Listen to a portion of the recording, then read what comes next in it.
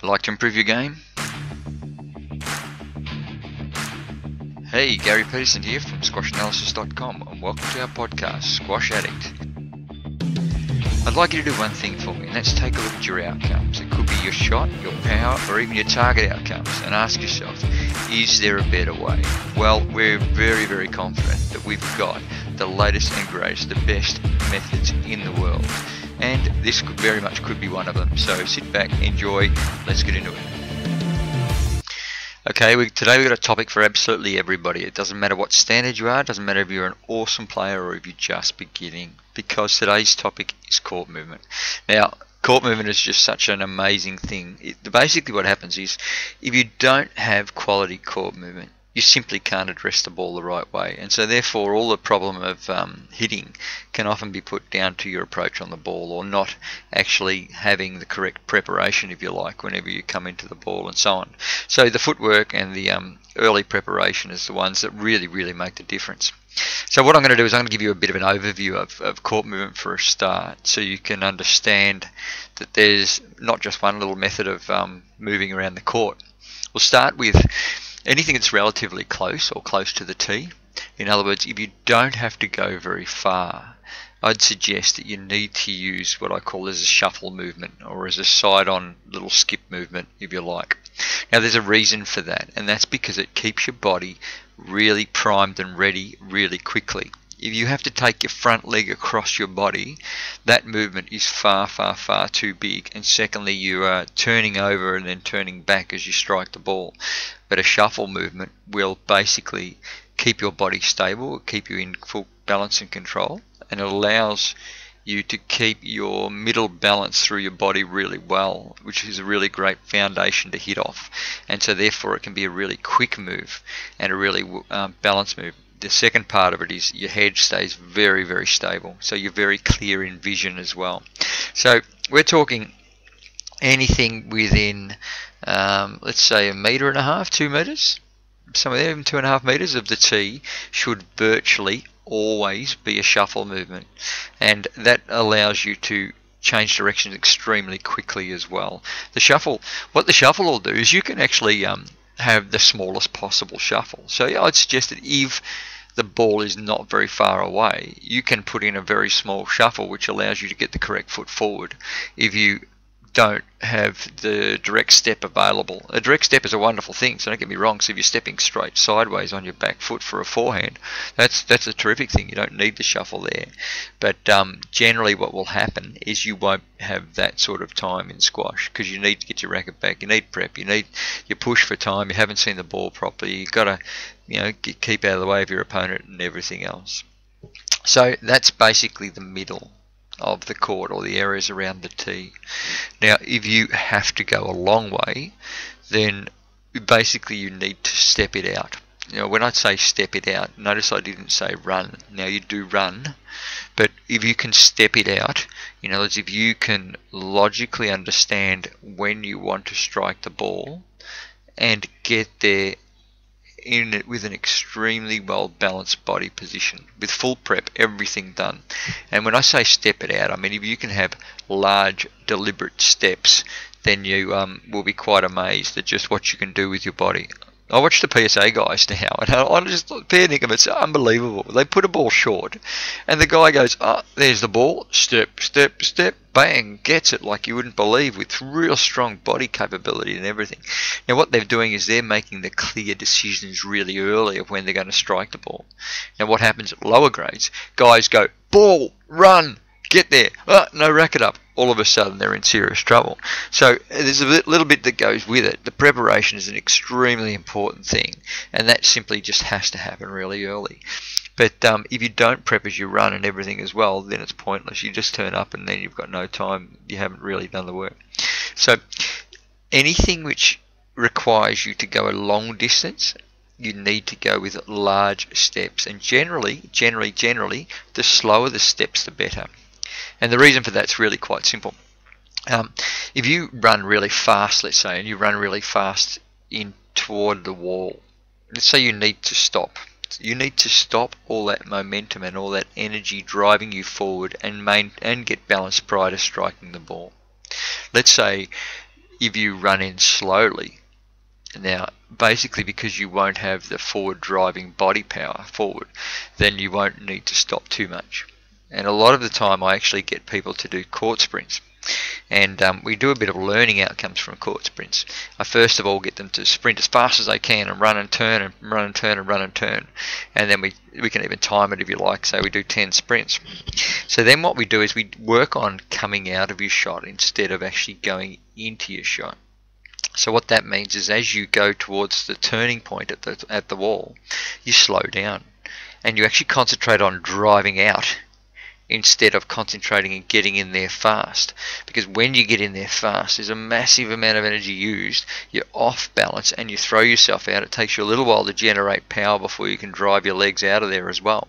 But if you come in and sacrifice an ever so slight amount of time, you'll pick up massive quick time just by the touch and turn and coming out and driving out. And so what that does is it just teaches you where you can use your energy better. So we look at that in a shot context. So if you're coming in for a shot, if you can come in slowly and controlled, so you move to the ball quite fast and then you slow down just prior to getting there, and then you hit the ball and you come out relatively quick but balanced and watch the ball, and then you're on to the next one really quick. So what I'm asking you to do is to change logically where you use your energy. Do not use your energy running after the ball and getting there really quick to then not have any time. So you need to be quick and efficient. And the real answer in all that is watching the ball. So if you can watch the ball, understand where you need to go and go to that point instead of just tearing off in a general direction of where the ball is and then trying to work it out as you get there, not having the correct foot forward or not being totally balanced or not stepping in the correct position and having to make it up with your wrist. And these are the things that make the big difference. So the real general rule is anything that's relatively close you shuffle and you maintain a balanced upright body. So you do minimal body turn and you shuffle and you work with punch muscles, and you'll find you'll get a really good quick response in the center area where you can dominate. Anything where you have to go a long way, you will tend to step it out. And if you're running a long way and you're really doing some work to get to the ball, generally you shouldn't be trying to smash the thing and hit winners and stuff as well. You should be gaining control of the rally, and you should be putting the ball in a position where you can dominate the center of the court again and get back on the ledger of dictating the game.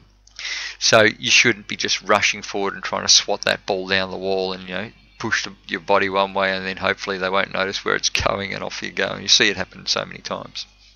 So that's the general. Now there's a few things you really need to work on, and that is you need to have good base movements. So when I talk about base movements, there's a step shuffle step movement, which is a base movement that will lend itself to all sorts of different situations. So it allows you to basically smoothly transverse across the court and have racket preparation and body prep and everything all happening at the right time. It's really fluent, it's minimal energy usage, and it is really quite good. Then you'll have your step movements as you get bigger. So an exercise, well, the step shuffle step movement is a side court, so from one side of the court to the other side. So if you're working on the step movements, the bigger ones, you would work on from front court to back court. So you would swing, you would come off the ball, and then you would go with big steps, and you'd work out really early which foot you wanted to finish off with so you can time your steps, and then you'll find the right sort of place. So they're the two main ones that you just should be really quite good at. And if you can get really efficient at those, you can learn little tricks like with the shuffle. If you cross your legs, when you shuffle, you'll pick up an extra foot or 300 mil or 30 centimeters or whichever way you want to measure it, but you'll pick up about that sort of distance just simply by crossing your legs. Now if you cross your legs the correct way, that means what happens is you'll actually get a bit of hip preparation and body preparation as you run toward the ball, as you shuffle toward the ball. So there's a fair bit in court movement, and court movement is fascinating, absolutely fascinating. I've got a few things that I do with camps where I start on the side wall and we'll go with a step shuffle step, and we'll have people that'll finish not even getting up to, they won't even make it to the other side service box, and then within 5 or 6 turns of actually working out how you can use your body better, they can make it from sidewall to sidewall with their feet. So it's phenomenal just how far you can go and what you can do. So the other thing that's extremely important, absolutely super important, is coming off the ball. Now, coming off the ball is not being stationary and staying where you hit. So that means that if you can come off the ball, all your body strength will be, all your core muscles and everything will be active. But if you tend to stay still when you hit, which is what a lot of coaches will tell you, I need you to stand still when you hit, I need you to do this. I don't believe that. I think that's wrong. I think what needs to happen is that if you move your body out but you don't turn around your center point, it engages or it activates all your core muscles, and your core muscles then do half the work for you rather than just your arm or the turn of your body. So it's far greater thing to get your core muscles active than it is to try and maintain balance and hit off a really strong body position. Now, when you come off the ball, I believe that people should be coming off the ball with the shuffle every single time, no matter where they are, no matter which direction they need to go. Now, there's a reason for that. And that is, I see a lot of people, and this is an example I'll give you, and you see that a lot of people, they'll go up to the front corner, let's say backhand front corner, okay? So you see them, I see a lot of people doing drills or ghosting, if you like, and they go big steps to the front corner and then they run backwards back to the tee. Now, that doesn't generally happen in a match unless you play a drop shot, and then you come back and you watch the other person and try and work out, read their body and which way they're going to go. But if you're driving the ball down the wall, people don't run backwards to the tee, and yet I see people countless times ghosting and running backwards back to the tee when they do their ghosting training. And I don't understand why they do it. It's not logical. Everything that I tell you, absolutely everything that I tell you, will be logical, because it's logically the best way that your body can biomechanically move to get the outcome that you're after. So what I will tell you is this. Let's go and drive down the wall. So if you drive down the wall from the front backhand corner, I want you to drive down the wall and then reposition your left foot and then shuffle one shuffle only out, and then if you need to run to the ball, you step it out from there. So the one shuffle, you face the direction that you've hit the ball. So let's say that you cross court, okay? So if we're going to cross court, what happens is you will cross court the ball, and then your right foot will go back towards the tee and you will shuffle one shuffle out. And what that does, your shot doesn't finish until you finish the shuffle. And that's part of your body movement and that transitioning off the ball or coming off the ball that I spoke about earlier. So if you do that from the back forehand corner, let's say, you'll go back in with your right foot and you will basically play a shot, and then you'll reposition your left foot and you'll come out with one shuffle, and then you will take 2 steps back to the tee area, general tee area, maybe somewhere there. So that's basically what you will do. If you can get your mind around putting that little shuffle in instead of just turning and running back to the tee and then looking over your shoulder, then you'll find you'll be fluent, and you'll be amazed at just how easy it is to get around and how little energy that you use. So most people, when you see somebody who moves exceptionally well, they don't even look like they're running. You see the best guys play and you're going, you cannot believe just how smooth and how fluent this person is. But I guarantee if you just simply watch their feet, forget about shots, just watch their movement, you will see a great amount of shuffling and a great amount of transitioning or transversing across the court with that cross-legged or the little one foot to the other where they click them together almost, and you'll find it's really simple. It really aids body prep and all sorts of stuff. So the court movement comes down to how do you train.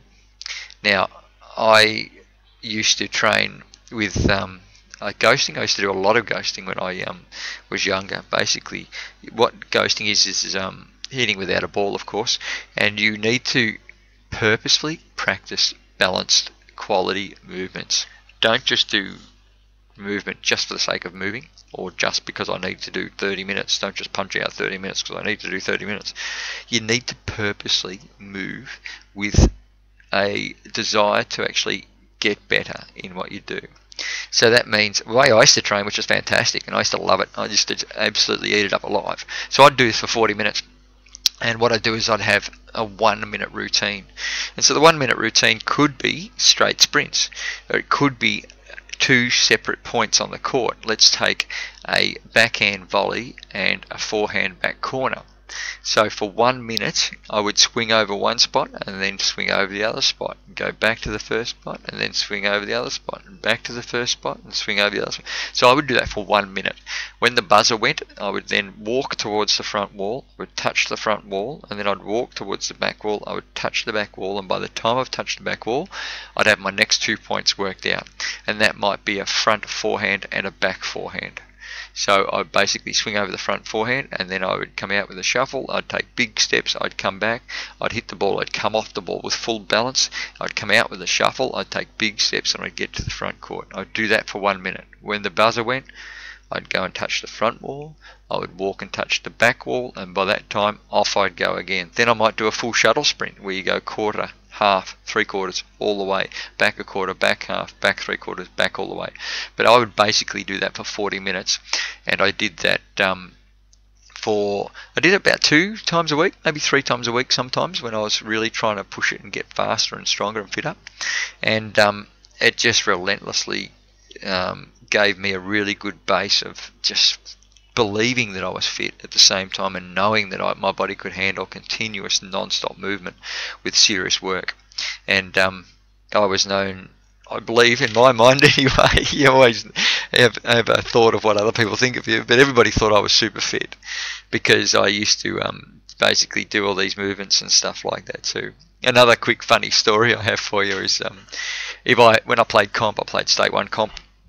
And after a comp match, let's say I played you in State 1 Melbourne, and some of these guys were like, they were highly ranked. Like, we're talking, Anthony Hill was like 8th in the world at one stage when he was playing State 1 in Melbourne, whenever he was around. And you had your like Paul Prices, and it goes on and on. There's so many guys that were just high quality that you'd just come up against.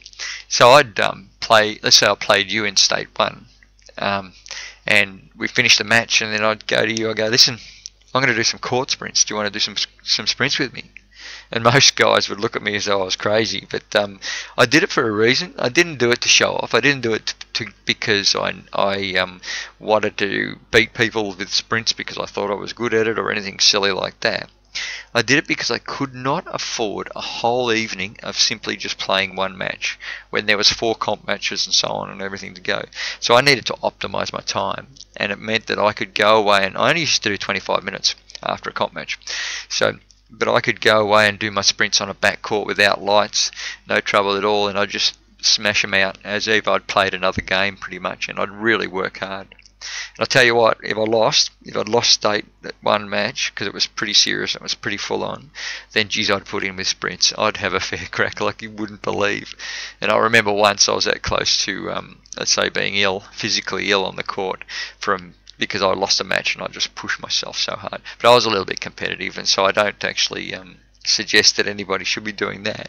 So you should train wise. But I just was back in the day when they taught us to work hard, and no pain, no gain, all that sort of stuff. So there you go, that's where it's at. So ghosting is what I'm telling you is fantastic, and I believe that everybody should make ghosting a general part of their training. Every single week, if you can put in, even if it's only 10 minutes, then what that'll do, it'll give your body a fantastic base to really work off, or a general flow of movement, and you'll know when you're playing well, because basically what happens, and here's a challenge for you. Think back to the last time that you believed you played exceptionally well. Alright? And I guarantee you it was because you moved so well. Not because you hit shots and it was awesome and you hit nicks and nobody could get them back. It was your movement that made you feel well. It was your movement that made you believe that you played an awesome match. So movement does everything for you. So I can't emphasize enough. Get quality movement patterns. Work out your movement that you need to do and get in there and get involved with it. Once you do that, your play will be so much better, your fitness will be so much better, your confidence will be so much better, and your outcomes will be so much better. It's that simple. So court movement is just phenomenal, and it's about balanced court movement and not throwing yourself out. The last little thing that I'll say to you about ghosting and about court movement and so on is that when you don't use a ball, you don't overhit. So what that means is when you play a game, a lot of the time you're there and there is so much intent on hitting the ball hard or hitting it where you need it to go and getting it there before your opponent does and all the rest of it, is that you do so much wrong because you're focusing so much on the ball and so much on hitting the thing hard so you can beat your opponent or whatever. But when there's no opponent and when there's no ball, there's no mistakes. You basically just do the right thing over and over again, and repetition creates success. It just basically gives your body a reference. Actually, there's a guy who told me once, he goes, what happens is whenever you go to strike the ball or to move or whatever, your brain microcomputer just goes bang, finds a reference of when you've done it before, goes, locks it in. This is a really strong reference because I've got a really good base of having done this thousands of times before. The outcome is going to be this. I know it's going to be this. Confidence is up. Bang, your body just performs it and does exactly what happens. But when you do movements or things that you've not done before, it becomes really messy because you don't have a reference. So that's basically where it's all at. So if you can get that really strong base of training, and it'll just help your overall game. When you move well, you play well. It's that simple. So the movement, just to recap and finish off, anything that's really close to the tee, go with the shuffle, minimal body turn, really strong core muscles, take the ball early, and you'll find you'll get a really good outcome. Anything where you have to run or take large steps to get to, hit for court position, place the ball to gain centre control of the court again and dominate the rally. Don't overhit and go for the big winner. Work on your movement, your balance, and full control out of your shot, and hit to a target. And then you'll find everything will start to be good. And strangely enough, that when you do ghosting, that's exactly what you'll do. You'll go forward and you'll place the ball, because you won't have the ball there. You'll just place your shot exactly where the ball's supposed to go, and you will just come off it. And that's exactly what you should be doing in a match. So there you go. That's the court movement one, and that's a little bit involved here and there. But generally, shuffle in the middle, big steps in the when you've got to go a long way, and maintain balance at all time. And get into ghosting. Ghosting's fantastic, and that's really pretty much what every single awesome player in the world does. Ghosting's a great part of their weekly training. So there you go. Hope you enjoyed the court movement section. As I said, anybody, any standard, it doesn't matter, should be able to benefit from this podcast and what you do. I've got plenty of videos, and especially on court movement, big time on our website. So check them out if you like, and I'm pretty sure you'll be impressed.